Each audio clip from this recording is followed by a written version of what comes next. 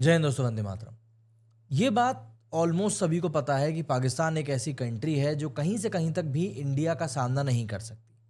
और इंडिया का सामना अगर उसको करना है तो उसके लिए उसको प्रॉक्सी तरीके ही अपनाने पड़ेंगे। प्रॉक्सी तरीके मतलब सीधे सिंपल से ये है कि वो सीधे तौर पर इंडिया का कुछ भी नहीं कर सकता। हाँ, बैकडोर तरीके से वो काफ़ी कुछ चीज़ें कर सकता है। और उसी लिए उसने हाल ही में 12,000 करोड़ रुपए का जो लोन था उसने आईएमएफ से लिया था। और अब एक और जो रिपोर्ट निकल कर सामने आई है उसमें बताया गया कि 41,000 करोड़ का लोन पाकिस्तान गवर्नमेंट और लेने वाली है, ये कहते हुए कि भैया हमारी जो इकोनॉमी है वो डूब रही है और उस इकोनॉमी को बचाने के लिए हमें 41,000 करोड़ रुपए की ज़रूरत है। जबकि अंदर की खबर ये निकल कर आ रही है कि पाकिस्तान इससे और कुछ नहीं बल्कि अपने डिफेंस बजट को बढ़ावा देना चाहता है और चाहता है कि कैसे भी करके वो इंडिया की बराबरी कर ले। देखिए, पाकिस्तान एक ऐसा नेशन है जो इस बात को कह चुका है कि हम लोग घास खा के जिंदा रह लेंगे लेकिन हम लोग इंडिया के मुकाबले अपने डिफेंस को मजबूत करेंगे।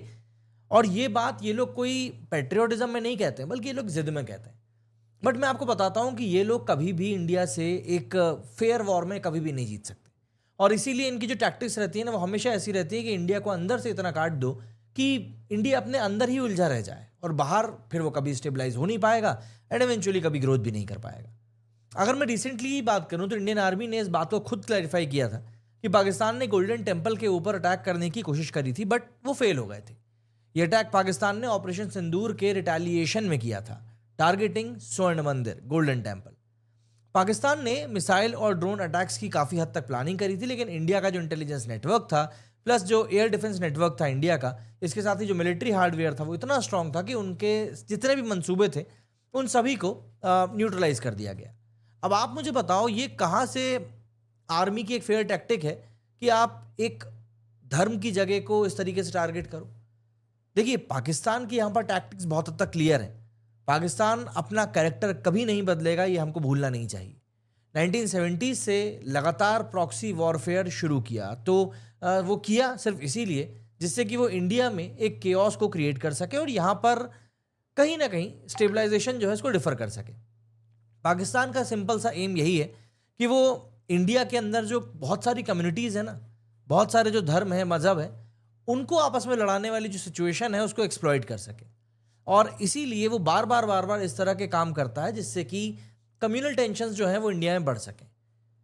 अब आप इस बात को और समझिए कि पाकिस्तान ने इस बात को शो करने की पूरी कोशिश करी। Pakistan tried to show Sikh community की गवर्नमेंट की जो गवर्नमेंट है वो उनके रिलीजियस प्लेसेस को प्रोटेक्ट नहीं कर सकती, क्रिएटिंग डिस्ट्रस्ट। मतलब अगर इन लोगों का ये गोल्डन टेम्पल वाला जो फिर फियास्को है ये अगर पूरी तरीके से सही हो जाता, जो ये चाह रहे थे कि सही हो, तो आप एक बार इमेजिन करके देखो कि क्या अनरेस्ट क्रिएट किया जा सकता था पाकिस्तान के पॉइंट ऑफ व्यू से। But again, all thanks to our air defence system ऐसा कुछ हो नहीं पाया। इंडिया में अभी भी अगर हम एक आध दो कम्युनिटीज़ को छोड़ दें तो बाकी कम्युनिटीज़ में काफ़ी ज़्यादा ट्रस्ट की भावना है। भले ही आपस में छुटपुट चीज़ें होती रहें लेकिन ये बात सब जानते हैं कि हमें एक देश के तौर पर एक दूसरे से जुड़कर रहना है और कभी भी हमको बाहरी व्यक्ति के ऊपर भरोसा नहीं करना है। और वैसे भी हमको तो ये बात बचपन से ही सिखाई जाती है कि भैया जो अनजान लोग हैं उनकी बातों के ऊपर भरोसा नहीं करना है। रही बात पाकिस्तान की, तो देखिए पाकिस्तान एक बहुत पुरानी ऐसी टैक्टिक को अपनाता है जो कि वो एक लंबे समय से अपनाते आ रहे हैं। दरअसल पाकिस्तान ने 1970 से प्रॉक्सी वॉर छेड़नी शुरू कर दी थी, स्पेशली इंडिया के इंटरनल जितने भी फॉल्ट लाइन्स हैं उनको टारगेट करते हुए। ये मतलब जिस तरीके से हम लोग बात करते हैं ना बार बार कि ये जो पाकिस्तान है हमारे इंटरनल मैटर्स को किस तरीके से फोकस करता है, तो इसमें कहीं ना कहीं एक चीज़ आपको समझनी पड़ेगी कि भारत में कम्युनिटीज़ में थोड़े बहुत डिफरेंसेस हैं। चाहे आप पंजाब की बात कर लें, चाहे आप चंडीगढ़ के इशू की बात कर लें, जो वाटर शेयरिंग इश्यूज चलते रहते हैं उनकी बात कर लें, या फिर अगर आप और थोड़ा नीचे आएंगे तो नक्सलाइट्स वाली बात कर लें। डिस्प्यूट्स इंडिया में हैं लेकिन पाकिस्तान बस ये चाहता है कि वो कैसे भी करके इन्हीं डिस्प्यूट्स का फ़ायदा उठाकर इंडिया को कैसे भी करके वो परेशान कर सके। जैसे अगर हम लोग पंजाब रीऑर्गेनाइजेशन की बात करें 1966 की, तो पंजाब की रीऑर्गेनाइजेशन में चंडीगढ़ पंजाब को नहीं दिया गया था और पंजाबी स्पीकिंग विलेजेस जो थी वो हरियाणा को दे दी गई थी। इसके अलावा वाटर शेयरिंग के ऊपर भी एक कंट्रोवर्सी हुई थी। रावी और ब्यास रिवर्स के वाटर डिवीजन ने भी पंजाब में काफ़ी बड़ा अनरेस्ट पैदा किया था और इसी चक्कर में ये सब चीज़ें जो हैं एक समय पर काफ़ी ज़्यादा एस्केलेट कर गई थी। ये रिजोल्यूशन 3 मेजर डिमांड्स के ऊपर फोकस किया था, जो हम लोग आनंदपुर साहिब रिजोल्यूशन जिसको कहते हैं उसकी मैं यहाँ पे बात कर रहा हूँ। Chandigarh as Punjab capital, Punjabi speaking villages to Punjab and जो वाटर शेयरिंग है उसके ऊपर रिकन्सिडरेशन किया जाना था। इन सब के अलावा ये तो था ही था, लेकिन पंजाब में अनरेस्ट का जो एक सबसे बड़ा कारण बताया जाता है वो था operation blue star. Golden temple के ऊपर जो हमला हुआ था, जिसमें कि कई सारे इनोसेंट डिवोटीज खत्म हुए थे, उसने कहीं ना कहीं सिख कम्युनिटी के अंदर गुस्से को बढ़ाया था। और उसके बाद हम लोगों ने इंदिरा गांधी के साथ में क्या कुछ हुआ था ये सब हम लोगों ने देखा था। और उसके बाद देश में काफ़ी ज़्यादा अनरेस्ट फैल गया था, स्पेशली अगर मैं 1984 की बात करूं, अक्टूबर नवंबर की। यहाँ पर स्पेशली दिल्ली और हरियाणा में काफ़ी हद तक लोगों के बीच में अनरेस्ट बढ़ गया था और समझ में नहीं आ रहा था उस समय गवर्नमेंट को भी कि वो आखिर करें क्या। अभी भी कुछ समय पहले एक वीडियो वायरल हुआ था जिसमें कि एक सिख यंगस्टर ने राहुल गांधी से क्लियर तौर पर पूछा था कि आप कांग्रेस के द्वारा किए गए उन सब कृत्यों के ऊपर क्या कहेंगे। तब राहुल गांधी ने माफ़ी भी मांगी थी कि देखिए मैं उस समय तो था नहीं, लेकिन मैं उसके लिए माफ़ी चाहता हूँ, जो गलतियाँ हुई उसके लिए माफ़ी चाहता हूँ। लेकिन अगर हम लोग 1970s के आसपास जाते हैं तो पाकिस्तान का रोल बहुत ज़्यादा इंपॉर्टेंट हो जाता है। दरअसल 1971 के बांग्लादेश लिबरेशन के बाद में पाकिस्तान की इतनी बुरी जगहसाई हुई थी कि पूछिए मत। Pakistan was feeling literally humiliated.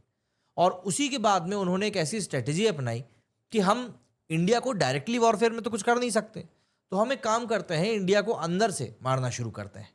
इन समय भुट्टो का इन्वॉल्वमेंट भी काफ़ी ज़्यादा इंपॉर्टेंट है। जुल्फ़िकार अली भुट्टो ने जगजीत सिंह चौहान से मिलकर खालिस्तान मूवमेंट को काफ़ी हद तक सपोर्ट किया और प्रॉमिस किया कि ननकाना साहिब को इसका कैपिटल बनाया जाएगा। और इसके बाद ही पाकिस्तान ने तय कर लिया था, भुट्टो ने स्पेसिफिकली अगर मैं बात करूं तो भुट्टो ने तय कर लिया था कि इंडिया को हम लोग हज़ारों कट्स के साथ में इतना मजबूर कर देंगे कि ये लोग कभी उबर नहीं पाएंगे। और इनका फोकस पूरा पूरा प्रॉक्सी वॉरफेयर के ऊपर चला गया। इनने कहा कि हम इससे ऊपर उठकर हम नहीं सोचेंगे। पाकिस्तान हमेशा से ही इस तरह की हरकतें करता आया है जिन हरकतों में कहीं ना कहीं सिर्फ और सिर्फ उसी का खुद का घाटा होता है। पाकिस्तान के पास में डायरेक्ट मिलिट्री स्ट्रेंथ ना कभी थी, ना आज है और ना कभी हो पाएगी। इसीलिए प्रॉक्सी वॉर ही इनके लिए सस्ता अल्टरनेटिव है। अगर आप सोचोगे कि पाकिस्तान वॉरफेयर में हमारी बराबरी क्यों नहीं कर सकता, तो देखिए सिर्फ जंग लड़ने से आप बड़ा देश नहीं बन सकते हो।